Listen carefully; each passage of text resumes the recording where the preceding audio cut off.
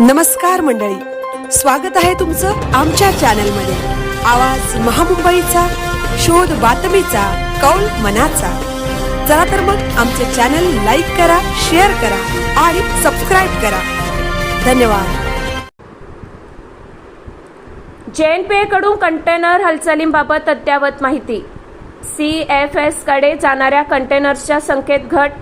भारतातील सर्वात मोठे कंटेनर बंदर असलेल्या जवाहरलाल नेहरू पोर्ट प्राधिकरणाने गुरुवारी माहिती दिली की विविध उपाययोजना राबवल्यामुळे 15 दिवसांहून अधिक काळ अडकून पडलेल्या CFS कडे जाणाऱ्या कंटेनर्सची संख्या सुमारे 2,500 वरून 450 पर्यंत घटली आहे।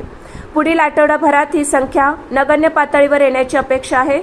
बंदराच्या लॉजिस्टिक व्यवस्थेमध्ये निर्माण झालेल्या तीव्र चालक टंचाईमुळे ही परिस्थिती उद्भवली होती। आजच्या घडीला आयात कंटेनर्सच्या सरासरी दैनंदिन डिस्चार्ज प्रमाणे 12,237 TEU इतके असून आयात CFS प्रलंबित कंटेनर्सची संख्या सध्या 40,809 TEU इतकी आहे।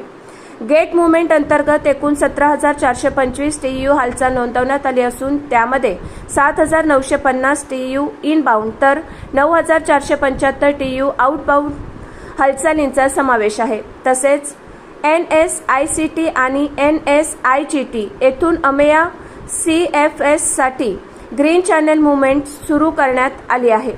कंटेनर्सच्या वाहतुकीसाठी नास्कोवा संस्थेकडून 70 ते 80 ट्रॅक्टर ट्रेलर तैनात केले आहेत। केरी इंडेव CFSने JNPAतील कंटेनर टर्मिनलपैकी एक असलेल्या GTI मार्फत मध्यरात्रीपासून पहाटेपर्यंतच्या 6 तासांच्या कालावधीत 400हून अधिक TEU कंटेनर्सची यशस्वी वाहतूक पूर्ण केली आहे। तसेच मागील 9 दिवसात पोलारिस लॉजिस्टिक पार्क CFS साठी 7,541 TEU कंटेनर्सची वाहतूक करण्यात आली आहे।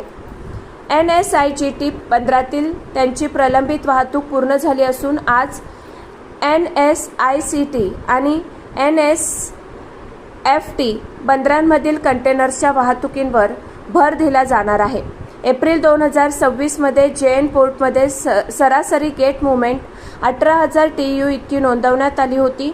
मागील 24 तासातील दैनंदिन गेट मुव्हमेंट 18,196 TEU इतकी नोंदवण्यात आली। चालू वर्षातील एकूण दैनंदिन सरासरी गेट मुव्हमेंट 17,684 TEU इतकी आहे। आवाज महामुंबईचा चॅनलसाठी मिलिंद खारपाटील, JNPA।